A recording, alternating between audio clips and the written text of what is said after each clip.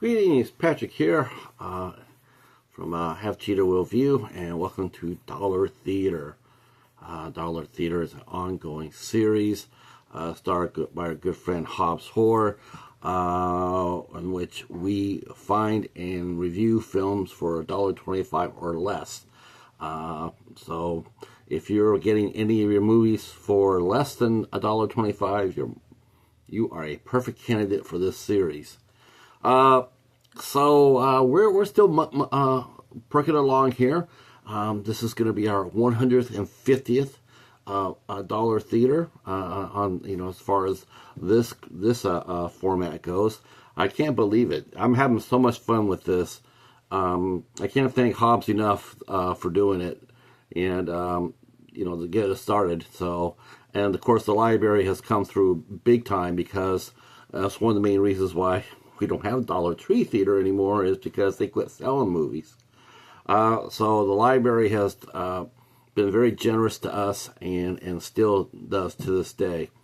So the movie we're going to be talking about today is from 1953, and I thought I picked this out because of the recent movie that was released, and is going to be universally voted the worst movie of this year, and that is War of the Worlds, featuring Ice Cube.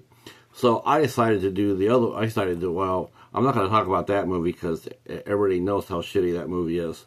So why not go to the first and the original, and the best movie, and that is 1953's The War of the Worlds, directed by Byron Lyndon and Byron Haskin, and produced by George Powell. Wow. This is so much fun. So 1953, and we'll get straight to the movie. So a lot of you guys already know this one. It's been around, like I said, 53. So this is a 72-year-old movie.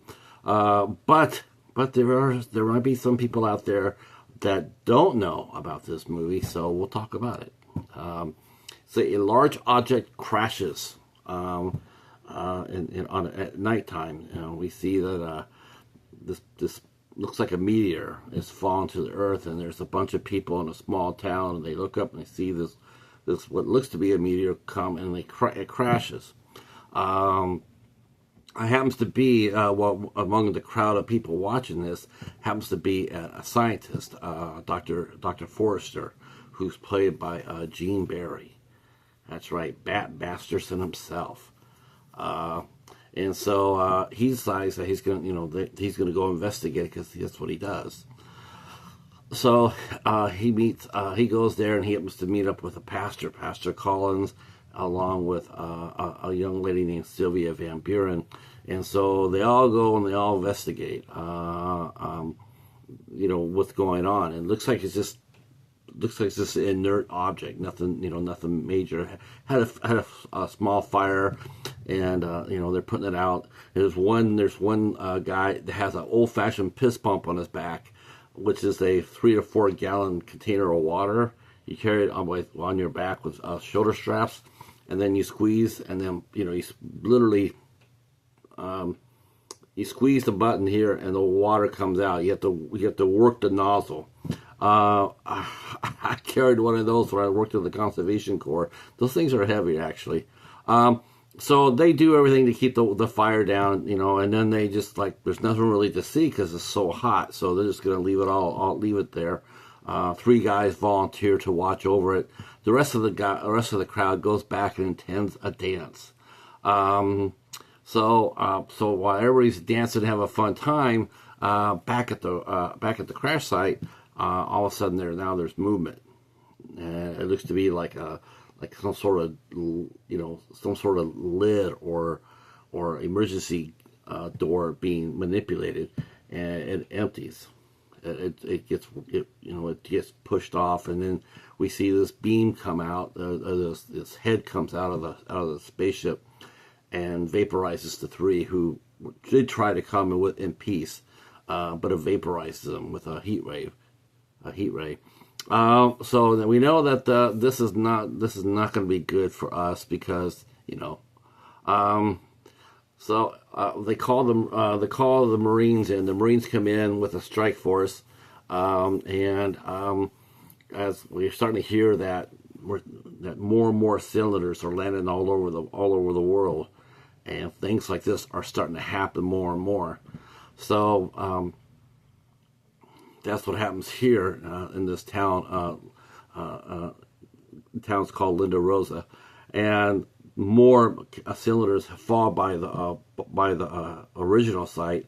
And lo and behold, they're not here in peace. They are here in earnest. They are here in, and they start setting up things. And Pastor Collins tries to. He takes his Bible and he walks in front. And he's trying to show them that we're not a threat, or we come in peace. And the good pastor gets vaporized for his actions. So they open fire. The Marines open fire, but their weaponry is ineffective. The force fields around the ships but they can't penetrate it. But the spaceships themselves can penetrate because the Marines have no force fields, and so they pretty much wiped them all out. Yeah, it's not good. So they try to they have to retreat, and the Air Force comes in and does their attempt to raise hell, to defend, and they too get shot out of the sky. Luckily for Professor Forrester or Dr. Forrester, he and Sylvia they see a small plane, which is amazing that they are able to get off the ground in it, because you thought they would have been zapped right away. But they do get out. They get out, but unfortunately they do end up crashing. They end up crashing not because of the aliens, probably because they were just flying too low and or ran out of gas because the plane didn't blow up. But they crash and by this house, and then the aliens come in, more and more coming in. Now they're starting to leave the spaceships, and in their form, and they send out their little eye in the sky to see what's going on in every building. So Dr. Forrester and Sylvia encounter not only the eye, but they also encounter an alien. So they have to fight, and Dr. Forrester manages to get a piece of the aliens' tech, Martians' tech, and so he and Sylvia run out of the house, and right before the Martians, God, I want to say aliens, before the Martians wipe it out. So he takes the tech and heads toward Los Angeles. That's where his college is at. And they're going to investigate what they got. Like, maybe there's some sort of weakness they can be exploited, because at the rate that the Martians are attacking, Earth will fall in 2 weeks. They can't be. There's nothing there to them to be able to stop it. Not conventionally. The government decides that they're going to try one last Hail Mary.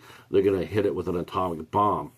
So that's what they do. They launch an atomic bomb over it. And it has no effect. And yeah, it goes off, but the shielding is just too strong. So that does not bode really. That's a really bad sign. But anyway, Forrester and Sylvia, they get separated. And he tries to go to her, but he gets stopped in Los Angeles.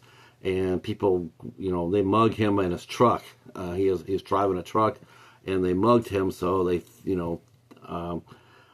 so he's on his feet. He's lucky to survive. And then again, he dashes over to where he thinks that she'll be, a church. So he hears singing. So that's what he does. He heads over to the church, and while they're praying for for help from God, because this is the 50s, and back then the Americans still was somewhat religious.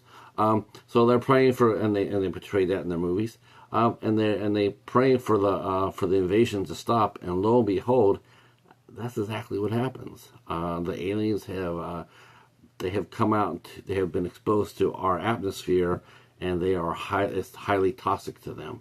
So they start dropping like flies, and so we are saved by an act of God. All right. So this movie, despite my somewhat flip description of it, but it is a good movie. Wow, I really, really like this movie quite a bit. Super cool for 1953. The effects are great. The spaceships look cool as hell. Massive set pieces. Tons of extras. I mean, just they sank some coin into this movie. Back in 1953, they spent over $2 million on this film, and it definitely shows. Some things they weren't able to do, but overall, everything. They even went out to Arizona to film some footage of the Army troops and tanks and whatnot. They took Gene Barry and Ann Robinson out out there to film that. A lot of actors in this film that we all, if you watch these films at all or listen to old radio shows, you'll instantly know. Like I said, Gene Barry. While this is only his second movie, and he wouldn't really pop as far as a big star goes. He really never popped as a movie star, but he did pop as a TV star. And that was when he did Bat Masterson. After that, he became a huge TV star and had several successful series. Les Tremayne, of course, Les Tremayne, love him. He played Mentor in the series Shazam. Plus in a ton of other great classic films he appeared in as well. But most of today's, people my age anyway, they'll remember him mostly probably for Shazam. Some other folks in this movie, Cedric Hardwicke did the narration. They actually wanted Orson Welles to do it, but Orson Welles didn't really want to do it, so he suggested that Cedric Hardwicke did it, and he did a great job. A lot of character actors here. Jack Christian and Henry Brandon, they were staples in TV shows and movies at that time. Henry Brandon appeared in a lot of cowboy movies where he played the chief. He had a native, I don't know if he had a Native American look, but that's what they used him for most of the time. He pretty much played the Indian chief. I know he did that for 2 episodes of Have Gun Will Travel. Paul Frees was the pre-title narrator, and he also played a reporter. And Paul Frees, probably him and Mel Blanc were probably like this, as far as being the most well-recognized voices that did animation.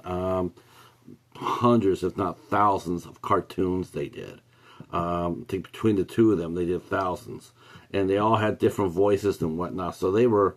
If you look back at their body of work now, it blows your mind. It's like, man, they were everywhere.